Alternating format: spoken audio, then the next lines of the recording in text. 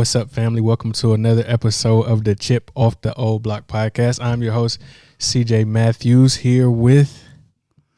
Oh, yeah. Dr. CJ Matthews. Now, I did have a Notorious back in the day, or, well, it really wasn't back in the day, but it was Notorious. Yeah, they made her just the Notorious B.I.G., but this is the Notorious CJM. Yeah, Notorious CJM, gangster pastor. OG triple. Right. May not be as big as Biggie, but he's still here. Hey. How you feeling today? Feel pretty good. I thought about that because, Biggie was one of my favorite rappers, and to see those young men die so young was just him, Tupac. I don't know, it was really unbelievable. Kind of like Chadwick Boseman dying in a different set, but all this young talent, and such a short-lived period. And I was thinking about that because of the fact that so many of our young African-American men are choosing violence and therefore dying, And when I put together that little saying, he was in my mind, and I was talking to the guys I was talking to, and it was just interesting. So I always think about that fact, and they gave me that moniker, Notorious B.I.G. Yeah. Of course, it couldn't compare, not even be in the same breath with Biggie, but you know how it is. Yeah. So, how was your weekend? Great weekend. A lot of people were rained out on Monday. Oh, man. I thought I was going to throw something on the grill. Wrong. But I always try to put things in perspective when there's a discomfort. And it was really, your mom and I decided to go somewhere against the grain because they were saying stay in the house. And we went down to the church, and we had to go so many different ways because so many roads were blocked by flooding. And it just shows how our capacity at any moment can be challenged because it can rain and the streets are fine, but then with that amount of water at one time, it was more than our flood system, our sewer system could handle.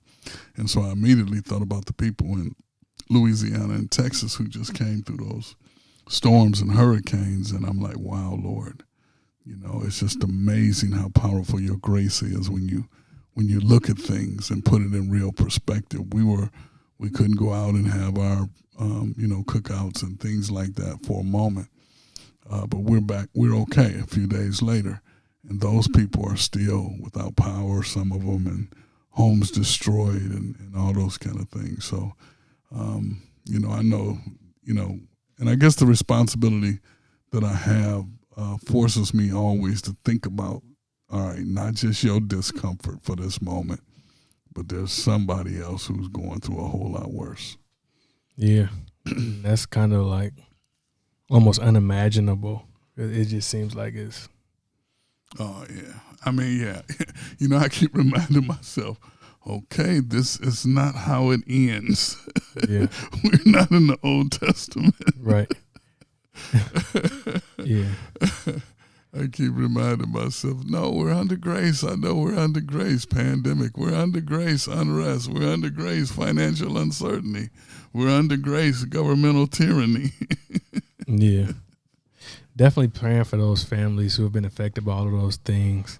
Even all the wildfires and stuff going on. Oh, wow. It's just unbelievable. I know folk are always going to focus on the cause or who started it and those kind of things, and there's an appropriate place for that. But folk are in harm's way. Let's deal with that. Let's get them to safety. Let's get those fires out. Let's work with the resources that are needed to begin to look at that whole fire thing differently, to see what is it you can put in place so that, these things can be contained differently. all the people, those first responders who put their lives in harm's way, and actually, unfortunately, several lost their lives this time. And those families, it's just amazing at how fragile life is. Right. It's but a vapor. Real quick, it's something I was listening to an album the other day. One of my favorite rappers, Big Sean, put out a new album this past weekend. Hey, Big Sean. Actually, I went to spend the year up in Saginaw. So some of the people I went to school with people from Detroit. So I went to school with some of the people that went to school with him. But because I think he only 1 year ahead of me. But anyway, he had these skits on the album, and it was like legendary. He had like Stevie Wonder, Erykah Badu, and the other one was Dave Chappelle. Wow. But Dave Chappelle was doing a skit, and he was telling a story that I heard him tell before. I'm not sure where I heard him telling that, but he was talking about one time when he was up in Detroit, and before the show, he got involved in some things.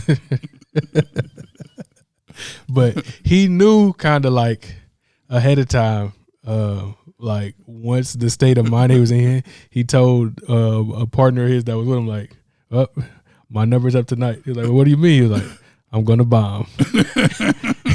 And that's exactly what happened. I know this is kind of random, but is it possible? I hate to put it like this, but is it possible to bomb while preaching?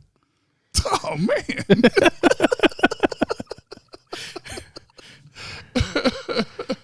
Depending upon who's doing the evaluation,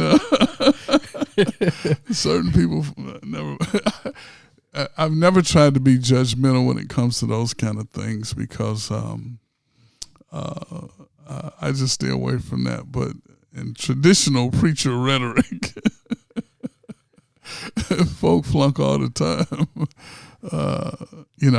And again, it just depends upon who's doing the evaluation because, yes, my pastor was a stickler for preparation because he was a scholar, he was a lawyer, he was a genius. Pastor Hill was a genius. And so I came up under that pressure. Right.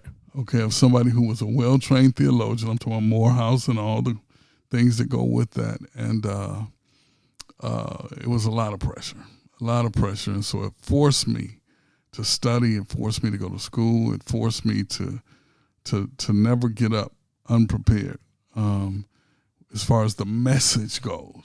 Mm-hmm. All right. That's one aspect. Right. Then there's the style aspect, especially in the black tradition.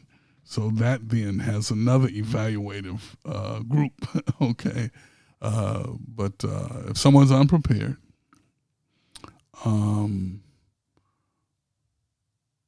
insecure, maybe because of audience or whatever, I think you can mess up pretty good.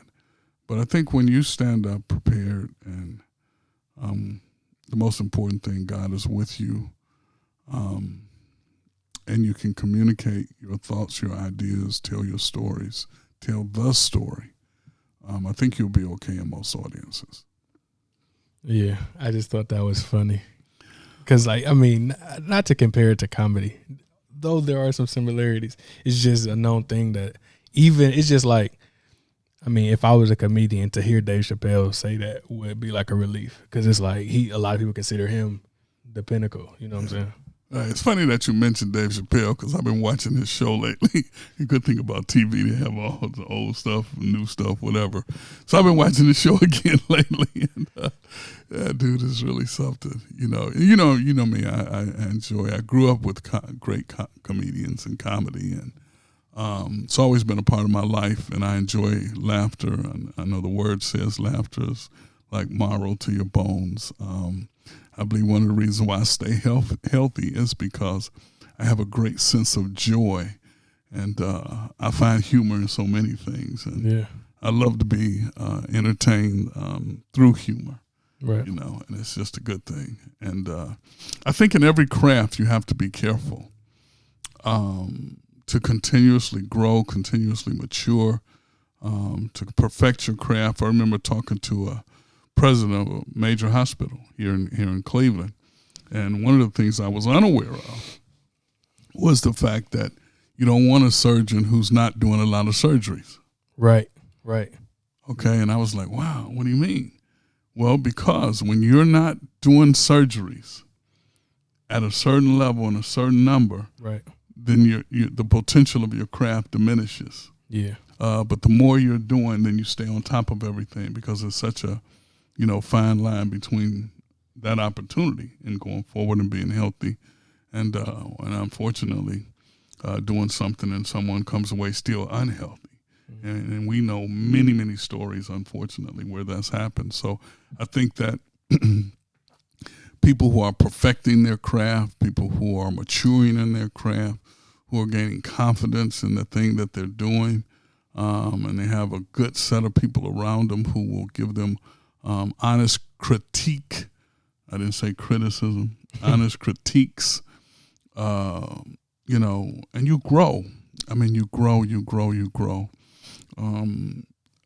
When I first started preaching, I mean, folk were getting saved, people were getting healed, people were getting delivered. But man, if I read some of that stuff now, some of the thoughts were good, but and it was okay. But then some stuff I wrote years ago would be real good right now. Yeah. I thought that was interesting. Yeah, well, we never think those kind of things, or you are the one that knows more than anybody. Right. Yeah. But then sometimes you'll come away feeling you weren't effective. And that's when, if you're honest and humble before the Lord, that's when God sends that person to say, man, if I hadn't been here today, I don't know how I would have made it. Right.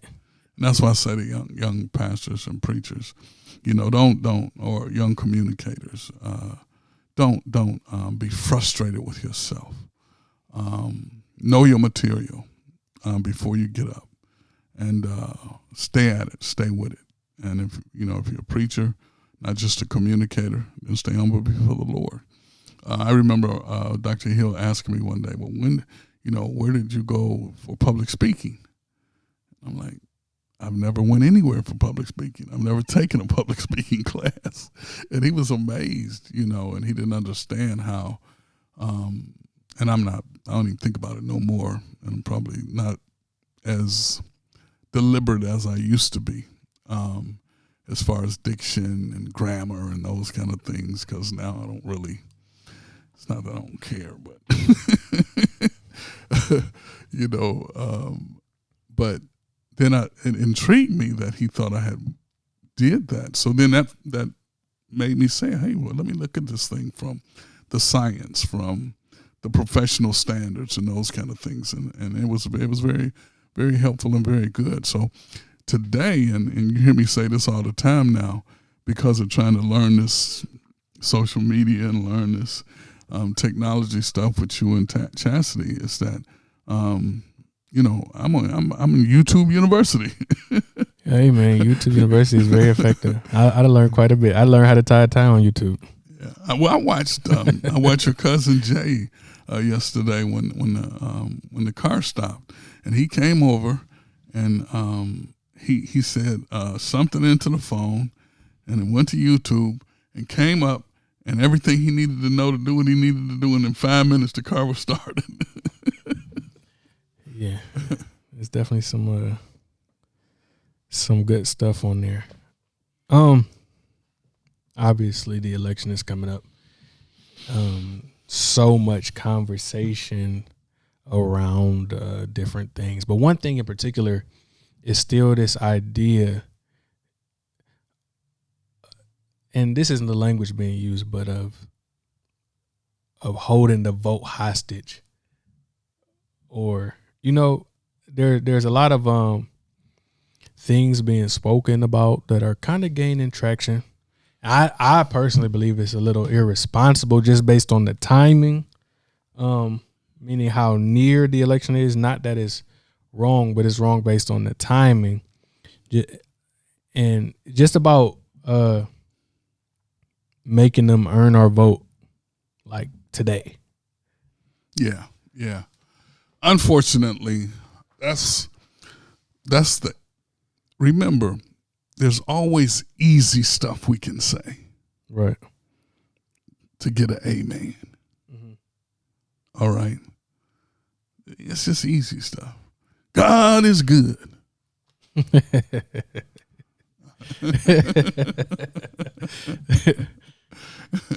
You know, it's just easy stuff we can say. And it's easy stuff we can say in politics.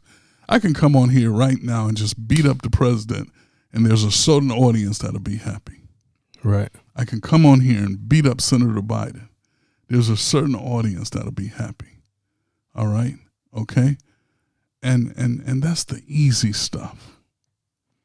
I've prided my life trying to be the person in a place where I don't deal with the easy stuff. That's why I backed off of some of the things I was saying early in the podcast. Because right now the rhetoric and the tension, the vitriol, the hatred is not helping anything. Yeah. But if I were to buy into that argument, what are you going to do for me, Joe Biden? All right, Senator Biden, Vice President Biden. If I were to buy into the argument about what you're going to do for me, I would help people juxtapose that over and against what has the current administration done for you. See, the last 3 years, the current administration has had the House and the Senate. Right. Had President Obama had that, the Affordable Care Act would not just be hard for them to dismantle, but it would have been something that this nation would have really, really, really rallied around. Right. Okay. So, right now, the Voting Rights Act has not been passed. It's still held up in the Senate. Right now, legislation that could really, really bring about police reform has not been passed. It's still held up in the Senate. Right now, the literal opportunity to change this country as it relates to racism, the atmosphere is right. The stage is set. It's there right now. And anybody who doesn't see it just doesn't understand. But right now, this administration, instead of moving that conversation and that opportunity forward, let's throw gas on the things that will create the kind of disturbances that will frighten people and make them run away from the current push for Black lives mattering. So people who want to jump on the current administration bandwagon, it's their choice and they're right. But don't juxtapose that over and against some irresponsibility on the other side, because they're not in power. Yeah. There's I guess there's a video of like Bedlam. And it's a Donald Trump campaign ad, and it's saying this basically something to the effect like, this is what would happen in Joe Biden's America. Where they're like, well, yeah, but this is actual footage of Donald Trump's America. Well, like I said, you know, we beat up the president. Some people are going to beat up Mr. Biden. But if we learn how to think about where we are as a nation, which is not black or white, it's everybody, then specifically as Blacks, African Americans, because we're still fighting both for freedom and survival. All right, teenage young people down in Lafayette, Louisiana, ask them right now about police brutality. One got let go. All right, they're at a bowling alley because somebody was there with a gun. That's the word. As long as we can say somebody has a gun, we can unfortunately kill a child, Tamir Rice. All right? We watched a young man walk around with an assault long gun, an assault rifle. in harmony with law enforcement. But you say a black man with a gun, and now the whole world is on high alert. And when we kill him, there's enough laws in place, whether stand your ground, or he was resisting arrest, or I felt threatened for my life. There's enough policy in place to say murdering black people is as legal today as it was in 1885. Yeah. So, I mean, my audience is the world and always has been. My narrative will lean towards certain things that certain people will disdain. And I know they'll disdain it. And why will they disdain it? Because we have literally forgotten about those who are Christians, the Bible, those who are people of conscious morality, and those who are people who are just trying to make it and not aware of the power of the vote, the power of getting engaged in your community to help rebuild it, restore it, or keep it intact. All right? We're caught in this constant struggle that's unnecessary. I say black folk ain't got nothing. These are not your arguments. We're caught up in fights that's not ours. Democrat and Republican is not our fight. Conservative liberal is not our fight. What's our fight? Our fight is very different. Mm-hmm. Our fight is somewhere, I don't want to say in the middle, but on the periphery, on the edges, because until we understand that, we will allow this left and right, conservative and liberal, continue to take us down the same road. And at some point, we ought to say to ourselves, is this sanity or is this insanity? Doing the same thing. Expecting a different result. And I think a dude a little smarter than me said that. Right. So then here's the thing. Voting then is not the end. Right? Not at all. It's more so the beginning. To kind of connect this to the point. So basically, voting is not the end. Not at all. Not at all. Voting is not the end. I mean, unfortunately, remember, every time something becomes politicized, if you only listen to the political arguments, you're going to miss the real value to you as a person. Okay? And so if you remember early on in March, mid-March, I was saying to you and your mom, I was saying the moment the pandemic, I said, we got to deal with this thing now, because the moment it becomes politicized, we won't be able to trust any of the narrative. Right. And that's whatever it is. Doesn't matter. The moment it becomes politicized, remember, elected officials, and we hate them, we don't like them, we whatever, but they got to do what they got to do to stay alive and stay elected. I think they're probably, most of them have some integrity, some good character. All right? And I know many of them personally who do. Right. And other people know many of the others who does. Okay? But at the end of the day, you can't be blind to what's happening in this country and then go along with it unless you literally have failed character. Mm-hmm. These are character issues. Well, I don't even have to discuss the morality.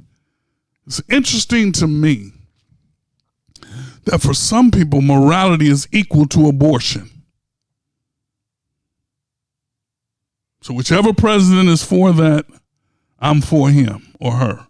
Whichever president is against that, I'm for him or her. So if that's the only moral issue in this country right now, how come that's not on the news every day? Because the news is denying the biggest issue in the country, the biggest moral issue in the country? No, that's not why. but it's been politicized. So now you got a left version of it, a right version of it, and neither one of them are the biblical version. For those biblicists. No, you're right. Because they're only political arguments. Right. We have invaded people's lives to create this political fulcrum that people buy into based on morality, one single moral point, and leave the last time I heard, one of the things that God hates is lying. Or lying. Make sure I got the gerund in there. Okay? And I see folks standing up lying every day. If they talking, they lying. And everyone knows it. There's no way to deny it. We got the tapes and the videos. So which is the biggest immoral thing?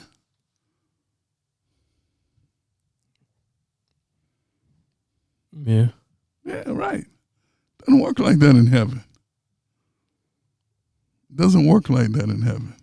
And the good thing about heaven is, for those of us who think I'm crazy, the left and the right are both going to be there.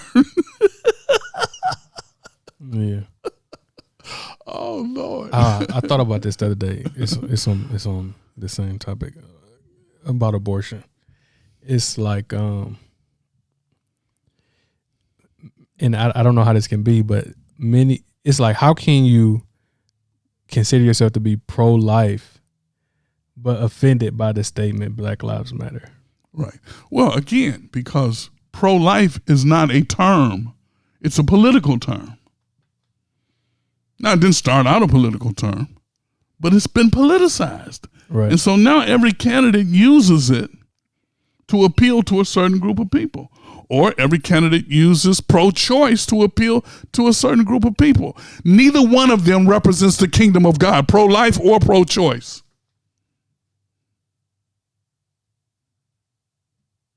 Because both groups are going to heaven. If they know Jesus. Yeah.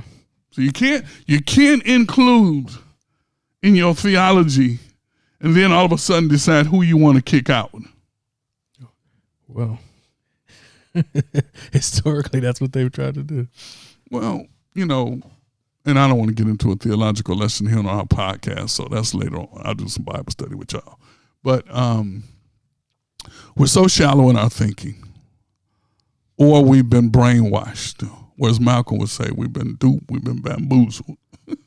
Hoodwink. Okay. All right.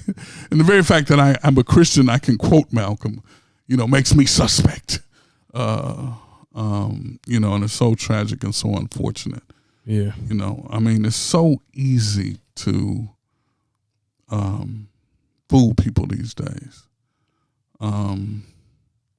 It's just so easy, unfortunately. And, if people don't understand that voting is not the end, but it's a position of power, it's more than a privilege. It's a responsibility. Only because whether you believe a person is a good king or a bad king, because, that's more biblical lineage about who the leader is. You have an opportunity to play a part in the process of the person who is going to literally make the biggest difference, one of the bigger differences in your life. Yeah. And because our vote is needed, okay, we got a chip in the game. I don't care how rich we are, how poor we are. We got a chip in the game. That's our chip. But if we look at the last Voting Rights Act, 1965, 55 years, maybe we haven't put the chip on the right dot. But that's no reason to throw the chip back. Why would you throw the chip away? Because my generation, maybe, or the previous generation, has put it on the wrong spot. We put it on black when it should have been on red. Oh, no, we put it on blue when it should have been on red. We put it on red when it should have been on blue. Maybe we need to pick the chip up and organize the chip and understand red, blue. Here's the chip. Pass the Voter Rights Act now. And not with that 2013 mess that y'all passed it with the last time. Right. Pass one with teeth. Pass a criminal justice act that's going to hold. I don't believe in this bad police and good police. I think police are there to serve, protect, serve. They want to go home to their families just like everybody else. But when a police does something that is criminal, it should be held accountable in a criminal way. And all this legislation to protect criminal behavior that's only enacted in black, brown, and certain poor communities needs to be done away with. That's what the chip can do. Right. The chip can elect judges who will not just, when they see a black person, give them the harshest sentence that's available. And every time you have that discussion, they bring up the person who got let go who was a repeat offender. That's not 90, that's 10%. Well, to play devil's advocate, they would say, well, why hasn't that happened yet? Because the chip has been unorganized, hasn't understood how to move from left to right and right to left, because we bought into this idea that we have enough privilege that we can just stay with one group. If I was a Caucasian male, I could stay with anywhere I want to. Right. Okay. I didn't even say female. I said male. Right. So and this is a much broader discussion that I don't think we get all the way into, but let's just say, okay, I'm on the fence right now about whether I should even vote. But okay, I vote come election time. Now, what are some of the things that I can get involved in, or what are some of the things that we as a community can do so that 4 years from now, come 2024, I don't feel like we sitting in the same place? There you go. Good question. First of all, there has to be a continuous effort to organize our chip. All right, to get as many people up under a 10 as possible. Okay, so if we get as many people what? Under a 10 as possible. Okay. Okay, and right now we can reach millions of people. Okay, all right. Okay, you got to identify the new shot callers. Okay, people with mass followings. Mm-hmm. All right, I believe it was Ice Cube put out a manifesto. Okay, whether you agree with it or not, he put it out. Right. Okay, all right. And I think he has 15, 18, 20 million followers. So that's somebody who's going to impact maybe 18, 20 million people. So what does that manifesto say that has real meaning for affect? All right, okay. And so you begin to look at that. You begin to challenge some of our macro people. I mean, look at what LeBron and these young guys are doing in the NBA. And I know they see LeBron's not old and young in the NBA, but he's still young to me, okay? Right. All right? So look at what they're doing. Bam! Organize that chip. You got giant companies now dumping millions in the community. All right? Some of that needs to go toward organizing, okay? So that we're saying to, if President Biden wins, we're saying to him, all right, here's an economic agenda that you must participate with. Not bartering, not begging. No, here's the investment plan for the 100 major cities in the United States of America. And it will cost this much money. And that investment must be made. Because the moment you begin to make that investment, investors see the potential of the economic affect. Right now, people are afraid to invest because they've been made to believe that if they invest 5 years from now, we're going to burn it down. And that's not true. They've been made to believe we can't take care of our property. That's not true. And we know that not to be true because in the last 30 years, we've worked with a variety of programs where people have gone in, whether it was Habitat or whatever, gained access to property, and they're doing wonderful. Right. I'm not talking about welfare. That's failed policy. But because that was a failed policy, doesn't mean we shouldn't affect people who are hungry and homeless. Right. Okay? Those are the kind of things we can begin to affect with real leadership. Current administration has had 3.5 years to do it, and it hasn't been done. Bam, it's time to move that chip. And then we got 3 years to work with them, and that going into that 4th year when that thing starts revving up, they already know. You got 6 months to get it done because the chip is about to move. And we have to be that sophisticated. And today it does not take anything but the right group of us saying on our social media platforms is the chip is going here or the chip is going there. Well, let's call it a ship. All right? When that black boat moves and we put our economy in it and we put enough of us in it, when that black boat moves, some folk will listen. Because there's an ocean of opportunity out there. And some of us have been very blessed, and we have an obligation to continue to shrink the pool of people that are falling into that pit of poverty, hopelessness, violence, and the things that are unhealthy to family and life. Yeah. It's time to move the chip or the ship. Absolutely. So, well, I guess you already answered that by moving it. We hold them accountable by moving the chip.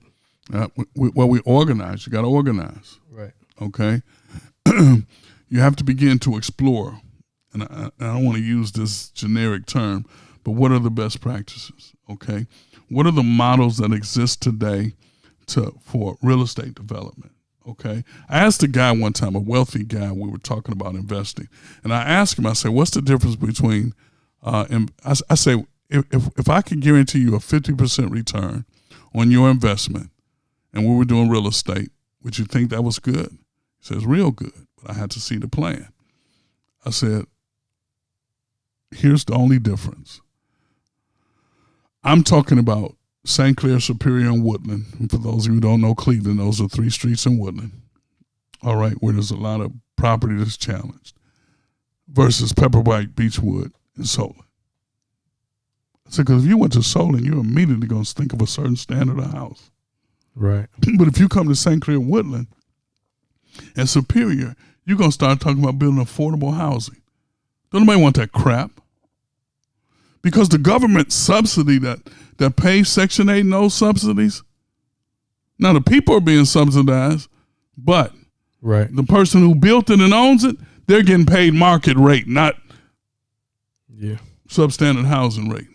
Right. So let's just build market rate. And how do we do that? Well, the average value of homes in certain sections of Cleveland, the most you're going to get for them is between $40,000 and $50,000, which banks aren't going to lend for that. So that means we got to raise the housing price over time. You can't do this instantly. All right? Why? Because eventually what's happening, the tax base is rising. Okay? And anyway, I don't want to spend a lot of time on that today, but I know people and I know some of us have some economic plans to restore, rebuild, and then have cities that we grew up in. I didn't grow up in dilapidated properties. I lived on 102nd and St. Clair, and we had a great neighborhood.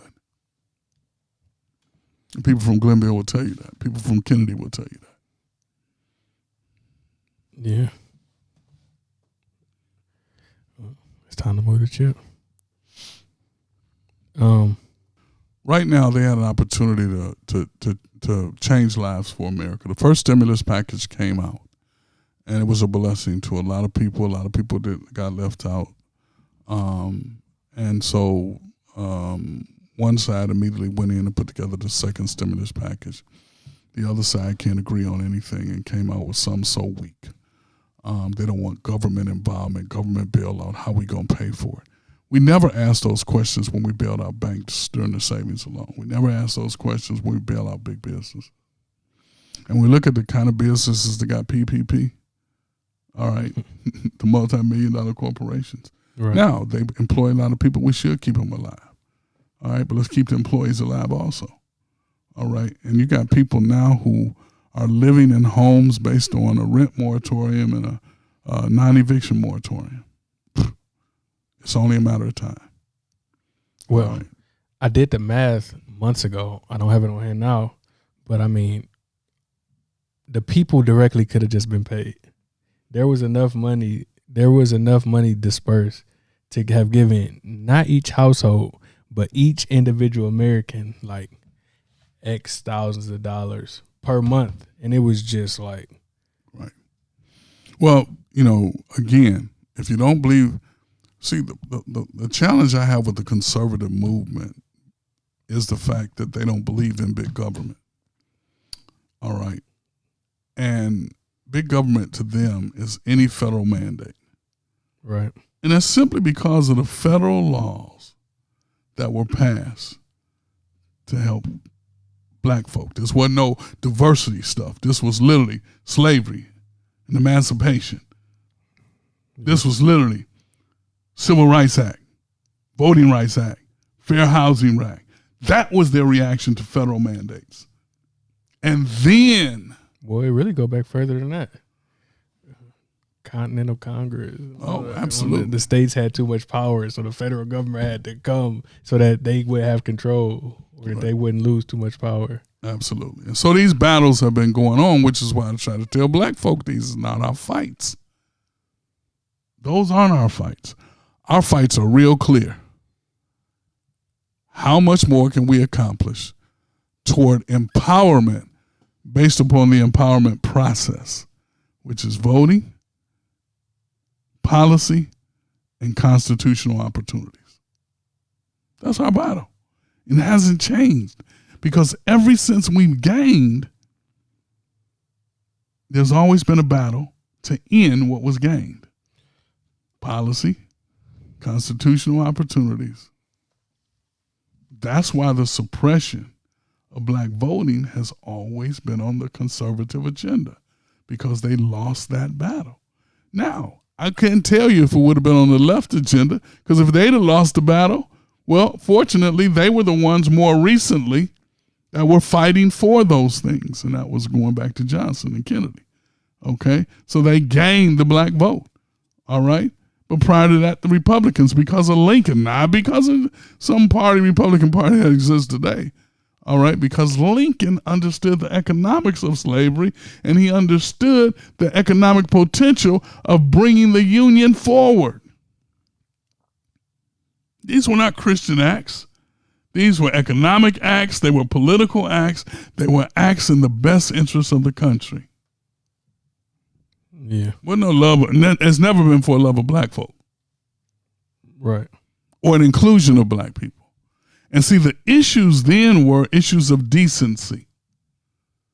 And for a moment, it seemed like because of decency, not economic empowerment or political empowerment, because they worked consistently to make sure that those areas were carved out, were eventually taken, and now they followed the model to carve out safe red and blue areas. And who's ever in control of the state and the drawing of the lines carves out those areas for their constituency. And that's why they can go to Washington and act crazy as they do and do nothing for nobody, because they've carved out these safe districts. Okay? All right? And these safe districts now exist, and one of the fears is too many groups are moving into those districts, changing the political structure. Right. That's what I was going to say. How do you combat that? We ought to do our own gerrymandering. That's why they want you moving in certain places. It would upset the apple cart. Not just you being there, but how are you going to vote politically? 1,000 people moved into a Republic, 1,000 Democrats move into a Republican district, or 1,000 Republicans move into a Democratic district. Now you're talking about strategies. You look at those states and say, okay, these states, where's their opportunity? We want to grow a business. Let's grow it here or grow it there. And see, that's why people who deny systemic racism, we can put a business in our community, but I try to go out there as a black and make it in another community, a majority community with your business. See, if this administration wanted to really make a difference, not being a traditional politician, they could have literally taken those opportunity zones and created empowerment. It doesn't exist right now anywhere. That's good verbiage. So it's been politicized. Yeah.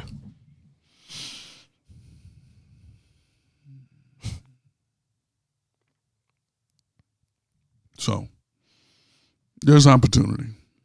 You bring the energy together with wisdom, and that's why I argue and I fight against this generational divide, which is why I praise God for our show, because somehow if the chip is going to have its maximum potential, we got to get rid of this mentality of the old and the young can't work together. This generational divide is foolishness. In our tradition as Black people, you honor your elders, but your elders make sure that you have life coming behind them. Yeah, 100%.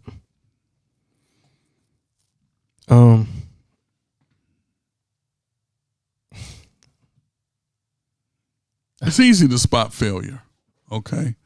And I think the Senate of the United States of America has failed us greatly.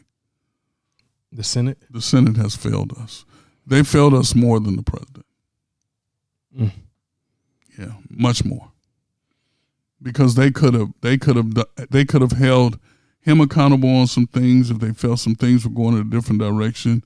They could have created bigger and better opportunities. I mean, just look, whatever his motive was, the president's motive was to provide the payroll tax moratorium to the end of the year. All they had to do was pass the stimulus package, give those people their $600 a week, and we wouldn't have to do that. Because now, none of us, no one on our staff would even think about doing it, okay? But now, the military, people in the military, people who work for the federal government, they don't have a choice. So that means in January, when this thing fades, or when the new tax season comes, they're going to get a bill for everything that they haven't paid during that time. That's all awful. Right. They're going to get a bill. Okay? All right? And most people, we coin these terms paycheck to paycheck. Most people are surviving. But we politicized it, paycheck to paycheck. What does that mean? All right? It means you don't save, you can't save, you're less than. No. Right. People are surviving until they grow into an opportunity to go to the next level. Classism. But if we buy into the rhetoric of left and right, non-kingdom rhetoric, non-Christian rhetoric, because Christians have chosen sides, which God never does because he's God. He don't have no side. I puke every time somebody say he's the closest to my value system. I'm like, what? Are you kidding? No, there's no man on earth that's closest to my value system. We all have sinned and come short of the glory of God. And in God's sight, we all need Jesus' blood covering us so that he doesn't destroy us. Right. What is your value system? That's been politicized. Value system. The biggest crock I've ever seen. That's more, never mind. More crap than the Cleveland sewer entertains. Value system. See, that's all crap we put out there. It has nothing to do with the Bible and God. Right. Yeah, the scriptures are perfect. God calls imperfect people to work on his team. Only one perfect dude, and that was Jesus. And he had to die for our sins. Yeah, so, I mean, we get caught up in rhetoric that really, really, really has become so politicized that I thought the pandemic would stop the church to begin to say, okay, Lord, how do we restart? Do we restart with new language, new thinking, new understanding? Do we come away from the donkey and the elephant and really entertain the cross and what the cross is about? Do we show America Christianity so they can be the light of the world? That's what I thought the pandemic might do. Now. Well, I think after this election, I don't think the pandemic, unfortunately, is going to end anytime soon, whether it's the president's fault or the medical people's fault or whoever's to blame. Remember, I don't spend a lot of time on blame. Right. I'm a results guy. I'm a solution guy. I'm a strategic thinker, And so will we get another opportunity like we did in March? I hope not, because I don't want to see that again. Right. All right. Have some of us learned enough from where we've been? I pray so. And I believe that God is ultimately going to show himself in the midst of this. And that has nothing to do with who's elected president. God showing himself is not about who the king is going to be. Because remember, God never wanted a king no way, because he was the king. Right. The king is the people's choice. So some people want Biden to be the king. Some people want Trump to be the king. That has nothing to do with God. Yeah, he doesn't respond to that. He doesn't react to that. If you vote or don't vote, you're not going to God's radar screen. But if you don't vote, you're missing on your own self-interest radar screen. It's in your best interest to vote. Your self-interest. All right? And maybe some people, it's their first time. Maybe you've never done it before. Try it. Go do it. All right? Yeah, I remember my first time voting. I was super excited. I was ready. I mean, as a kid, as a student, you sit in school, you sit in class, they talking to you about all this stuff, and you can't do nothing. Then when you get the chance, now that you got the opportunity to do something about it, why wouldn't you? Right. Yeah. It's I know, I always, and I've shared this story many times about my first time voting, because I was fortunate. The first year that 18-year-olds could vote in this country, I turned 18, right, in August. Hold on, what was it before that? 21. I have 21. That was 1971. 18-year-olds were given the right to vote. So I turned 18, bam, I couldn't wait. Of course, my parents were involved in my mom poll place and all that kind of stuff. So, you I don't think you can convince a person who's convinced that they shouldn't vote. Right. I don't spend a lot of time trying to do that. I just know the value, and I try to transfer that to people who will listen. It has great value. Yeah. And again, if we begin from this point forward with the ice cubes and the people who are interested in determining a new destiny for the black community, and I don't apologize for saying the black community. Right. Okay. I'm unapologetically on that agenda and always have been. But I know we need allies. All right. It'll never happen, and it has never happened because of the activity only of black people. All right. You need somebody with courage in the White House. All right. I'm not talking about fake courage. I'm talking about real courage. Okay. You need policymakers who understand how to write it where it makes a significant difference. And then you need people who know how to negotiate to get it to pass. All right. And so I would hope that going forward that we don't stop the conversation, but that it heightens right after January. Yeah. That it becomes the most important thing on our agenda. We'll know who the president is at that moment. Right. Okay? And then we begin to organize around what they don't do, whoever it is. Right. All right. We look at those states where we got good black population and we got voter suppression laws. And we go to those states. All right. And we begin to challenge those states as it relates to those. See, one good thing about Dr. King was he had a mobile pulpit. A mobile pulpit. Yeah. He was loaned pulpits all over the country from other churches. But then because of God's assignment on his life, he could stand anywhere and demand the attention necessary to speak to our people first and then ultimately to America and then the world. Okay? He was not singular in his thought, which is why he came up with the phrase, I believe, a threat to justice anywhere is a threat to justice everywhere. So if I think abortion is unjust, that's a threat to justice. Right. So then I got to fight for all of the injustices. Right. Right. Because then my tent becomes bigger. And the battle is so much more powerful. Yeah. You know, and that's where Christianity has failed America. Because we allowed ourselves to be so divided. Yeah. And then there have been moments of revival, which brings people to Christ and helps save the nation. There have been moments of awareness, all right, whether it's the suffragette of, women, all right. Though race there, I don't want to get into this whole other subject when we talk about it, though race there was still the one issue, intra-women, okay? So, I mean, we have work to do. Those of us who have the ability to do it should. You don't send your most vulnerable people out to do battle. Right. And at some point, if they're in a position of weakness, then you got to fight for them. This idea that I'm all right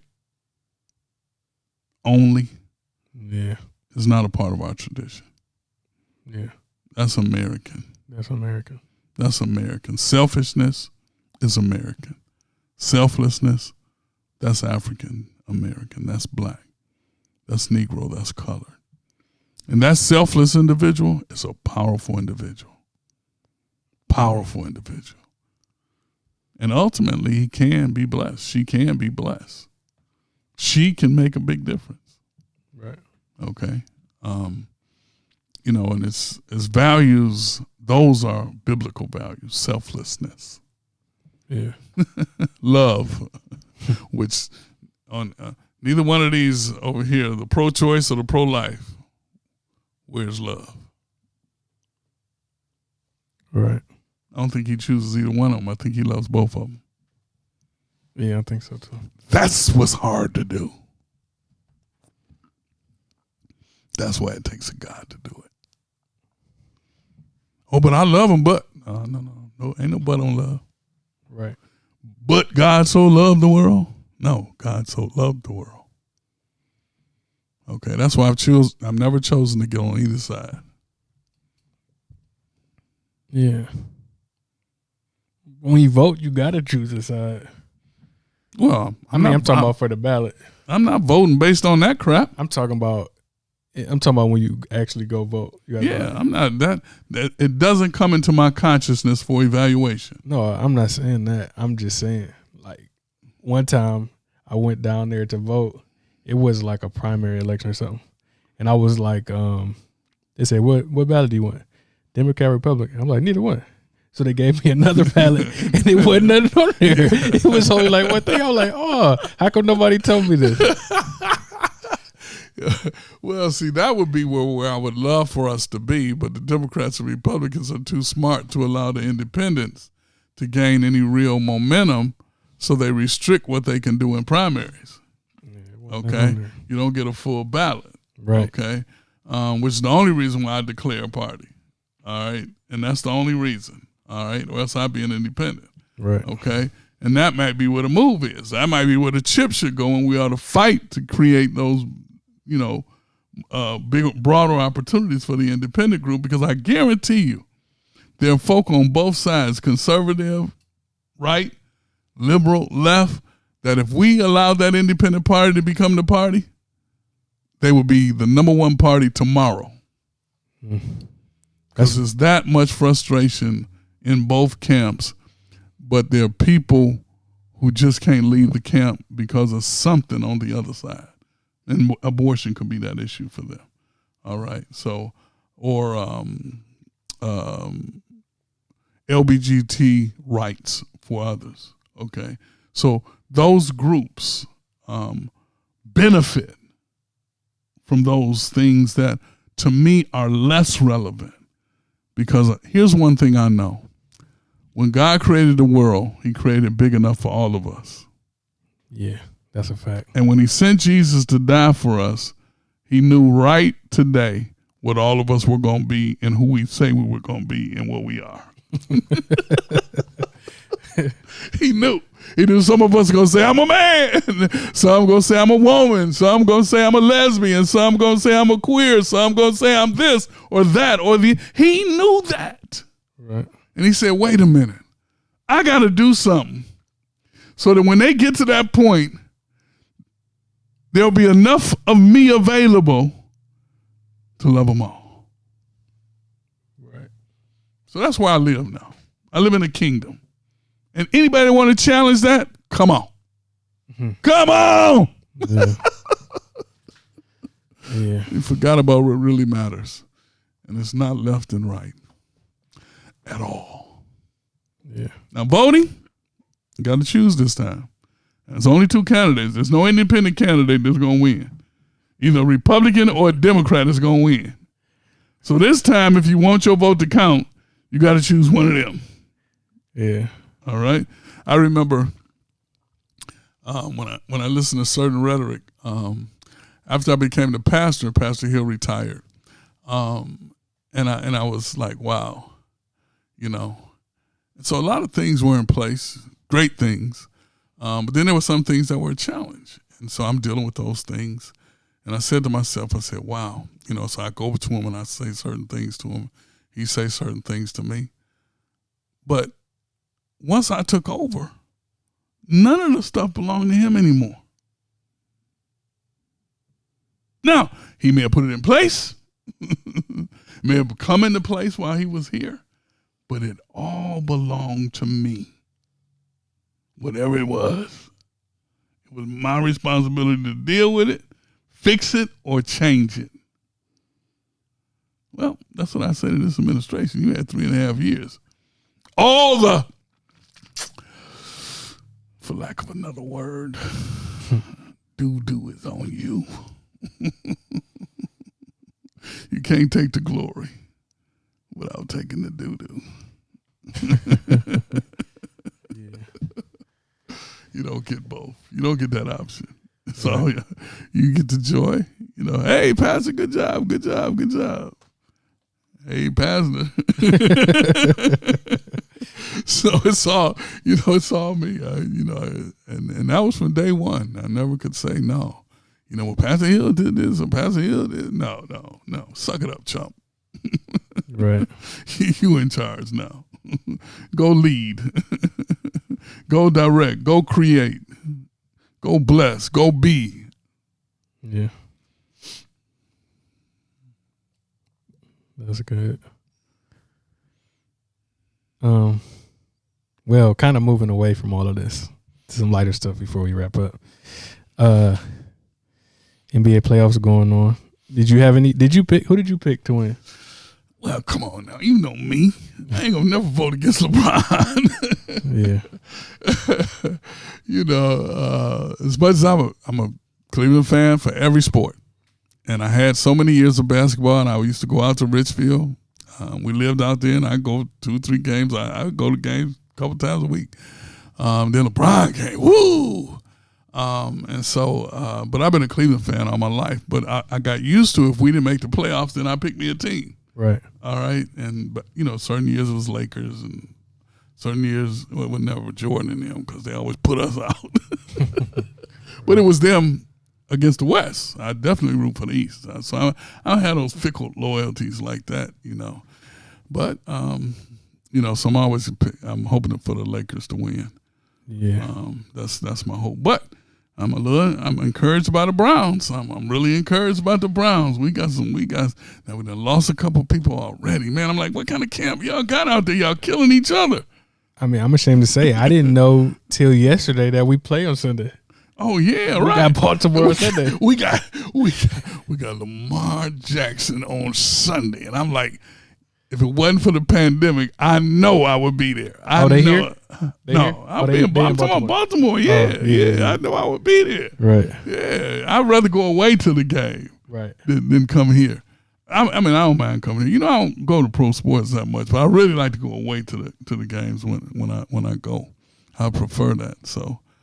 Yeah, that's interesting because I didn't think they was going to be able to make a season, but I think pushing forward, some of that's good. You know, get a lot of criticism, and let's see what else. Hope nobody gets the virus. Let's hope nobody dies from it. You know, and I guess the people who have enough faith and belief to test the waters, and you know, hey, praise God. Yeah, I mean, I'm definitely gonna be tuned in. I think, you know, this is a giant test for a first game. Yeah, but we'll see how much character they have. Right. Going in. Yeah, that is a tough way to open the season. Yeah, it's tough. With your divisional rival, right. Because Lamar Jackson won MVP last year, right? Yeah. Yeah. The current MVP. Yeah. Yeah. Or was it Mahomes? Man. Oh, shoot. Oh, man. We on air, too. We both supposed to be football dudes. I know. I've been a little disengaged. I wasn't boycotting the NFL, but I had an unintentional boycott. Oh, man. Speaking of that, so I guess they put the new Madden came out, and they put Colin Kaepernick on it. Some people was feeling some kind of way about that. It's like, it ain't like he got his job or something. All right, again. Hate. It's the easy thing to do. All right. You know, it'd be great if Mr. Kaepernick could be playing in the NFL. But keep getting paid, brother. And they're finding other ways. A fan recommended him for the Hall of Fame because of his off-the-field activities, you know. It's kind of big of the commissioner to come forward and say we were wrong. That's humongous. You know, rich white folk don't do that. Okay. All right. That we should have listened to Kaepernick, what he was saying. And I heard the other day that Dallas said their players could kneel. And I think one of the people in the president's camp reacted real negatively to it. So, you know, if the real plantation, Jerry Jones, letting his players, you know, if the master let his players kneel, that's really something. Yeah, but the thing has shifted so much. It's almost like you're clearly wrong. Right.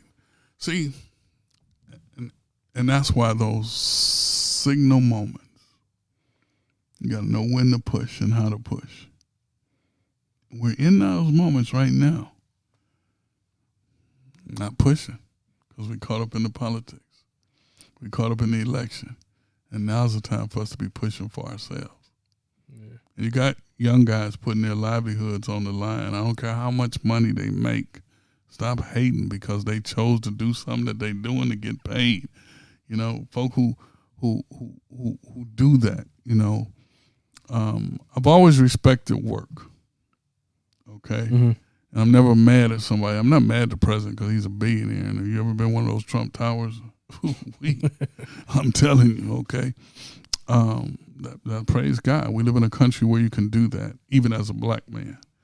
But a lot of people putting a lot on the line right now. And maybe out of this will grow some new organizations and some new leadership, maybe to lead our historic organizations, but if they're not up to the task, to create some new ones. Those organizations were born out of need. Yeah. And they served a great purpose. I think our history is invaluable. I don't think we can ever deny it. We need to be more aware of it so that not necessarily we don't repeat the same things, but we progress from the learnings. Okay? And that has to be a value. That's one of my values. One of my values is progressing from what I learn.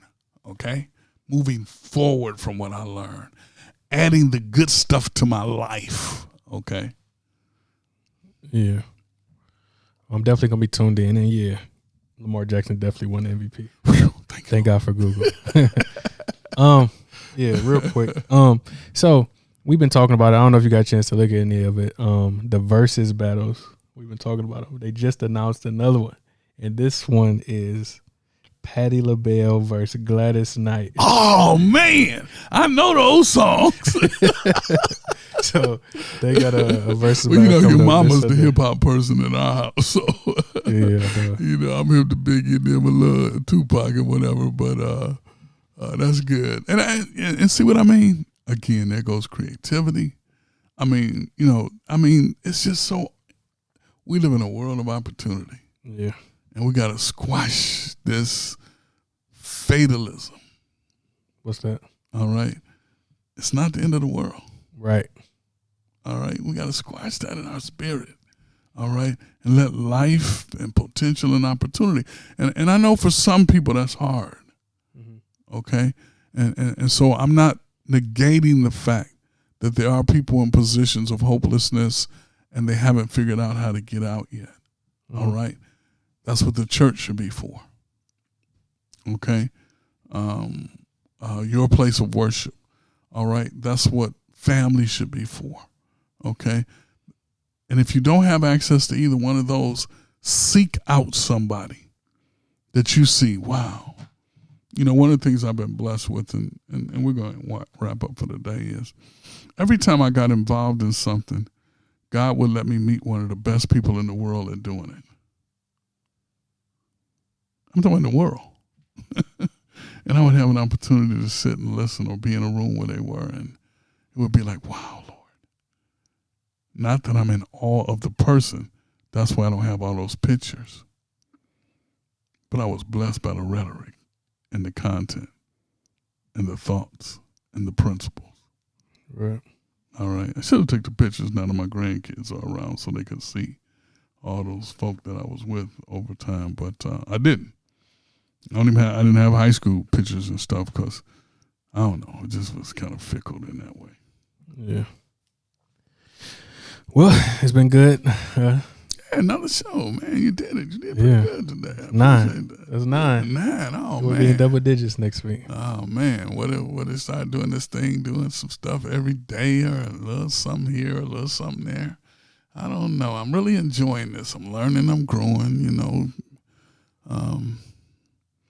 Yeah, but I think I'm really enjoying this. I like this. Your mama said I could talk all day and all night, so I don't know. Yeah. Well, thanks for tuning in. Have a blessed week and weekend. See you next time. We love you, and we look forward to you tuning in again. Blessings of the Lord be upon you.